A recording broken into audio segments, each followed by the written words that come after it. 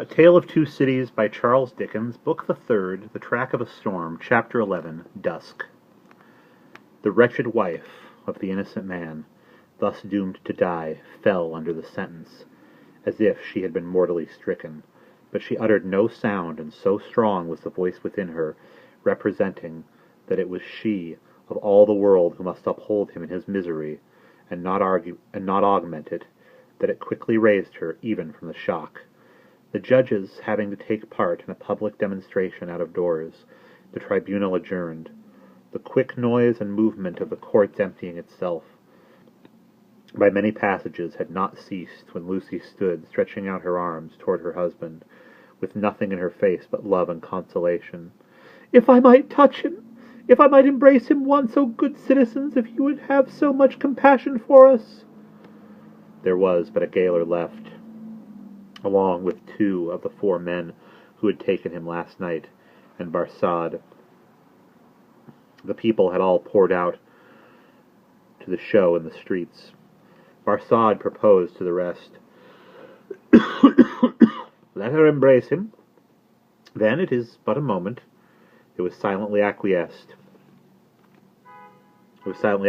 in, and they passed her over the seats in the hall to a raised place where he, leaning over the dock, could fold her arms in his arms. "Farewell, dear darling of my soul. My parting blessing is my love. We shall meet again whether weary or at rest." They were her husband's words, as he held her to his bosom. "I can bear it, dear Charles. I am supported from above. Don't suffer for me. A parting blessing for our child. I send it to her by you. A kiss for her. I say farewell to her by you." "My husband, no, a moment." He was tearing himself apart from her.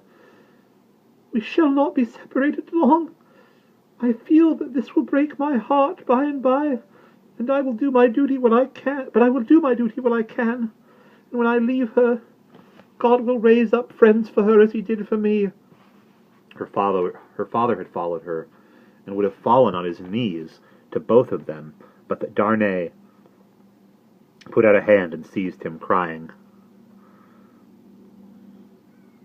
"No, no. What have you done? What have you done that you should kneel to us? We know now what a struggle you made of old. We know now what you underwent when you suspected my dearest, and when you knew it. We know now the natural antipathy you strove against, and conquered for her dear sake. We thank you with all our hearts and all our love and duty. Heaven be with you." Her father's only answer was to draw his hands through his white hair and wring them with a shriek of anguish. "It could not be otherwise," said the prisoner. "All things have worked together, and they have fallen out. It was the always vain endeavour to discharge my poor mother's trust that first brought my fatal presence near you. Good could never come of such evil. A happier end was not in nature to so unhappy a beginning. Be comforted and forgive me. Heaven bless you." He was drawn away. His wife released him and stood looking after him, with her hands touching one another in an attitude of prayer, and with a radiant look upon her face, in which there was even a comforting smile. As he went out at the prisoner's door, she turned, laid her head lovingly on her father's breast, tried to speak to him, and fell at his feet. Then, issuing from an obscure corner from which he had never moved, Sidney Carton came and took her up. Only her father and Mr. Lorry were with her. His arm trembled as he raised her and supported her head, yet there was an air about him that was not all of pity, that had a flush of pride in it. "Shall I take her to the coach? I shall never feel her weight." He carried her lightly to the door and laid her tenderly down in a coach. Her father and their old friend got into it, and he took his seat beside the driver. When they arrived at the gateway, where he had paused in the dark not many hours before, to picture to himself on which of the rough stones of the street her feet had trodden, he lifted her again and carried her up the staircase to their rooms. There he laid her down on a couch, where her child and Miss Pross wept over her. "Don't recall her to herself," he said softly to the latter. "She is better, so don't revive her to consciousness. Well, she only faints." "Oh, Carton, Carton, dear Carton, cried little Lucy, springing up, throwing her arms passionately round him, in a burst of grief. Now that you have come, I think you will do something to help Mamma, something to save Papa. Oh, look at her, dear Carton. Can you, of all people who love her, bear to see her so? He bent over the child and laid her blooming cheek against his face. He put her gently from him and looked at her unconscious mother. Before I go, he said and paused, may I kiss her? It was remembered afterwards that when he bent down and touched her face with his lips, he murmured some words. The child who was nearest to him told them afterwards, and told her grandfather, when she was a handsome old lady, that she had heard him say, "A life you love." When he had gone out into the next room, he turned suddenly on Mr. Lorry and her father, who were following, and said to the latter, "You had great influence today, Dr. Manette. Let it at least be tried. These judges, and all the men in power, are very friendly to you, and very recognizant of your services, are they not?" Nothing concerned with Charles was concealed from me. I had the strongest assurances that I should save him, and I did. He returned the answer in great trouble and very slowly. Try them again. The hours between this and tomorrow afternoon are very few and short, but try. I intend to try. I will not rest a moment. That's well. I have known such energy as yours to do great things before now, though never, he added with a smile and a sigh together, such great things as this, but try. Of little worth, as life is when we misuse it, it is worth that effort. It would cost nothing to lay down, if it were not. I will go, said Dr. Manette, to the prosecutor and the president straight. I will go to others, whom it is better not to name. I will write too, but stay.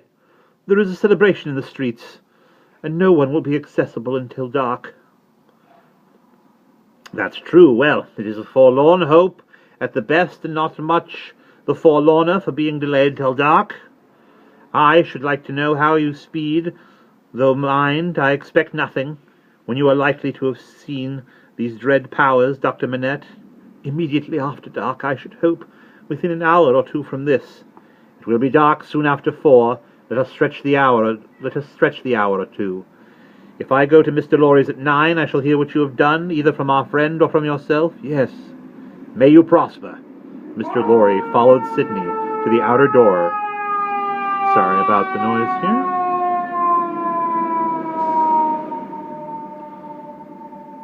Sorry about this. As you guys know, Kentley Studios is right over a fire station, so apologies. I will catch back up with the narrative now. Mr. Lorry followed Sidney to the outer door, and, touching him on the shoulder as he was going away, caused him to turn. I have no hope, said Mr. Lorry, in a low and sorrowful whisper. Nor have I. If any of these men, or all of these men, were disposed to spare him, which is a large supposition, for what is his life or any man's to them, I doubt if they durst spare him after the demonstration in the court. And so do I. I have heard the fall of the axe in that sound. Mr. Lorry leaned his arm upon the doorpost and bowed his head upon it. Don't despond, said Carton very gently. Don't grieve. I encouraged Dr. Manette in the idea because I felt that it might one day be conciliatory to her. Otherwise she might think his life was wantonly thrown away or wasted, and that might trouble her. Yes, returned Mr. Lorry, drying his eyes. You are right. But he will perish. There is no real hope. Yes, he will perish. There is no real hope, echoed Carton, and walked with a settled step downstairs. And that is the end of Chapter 11.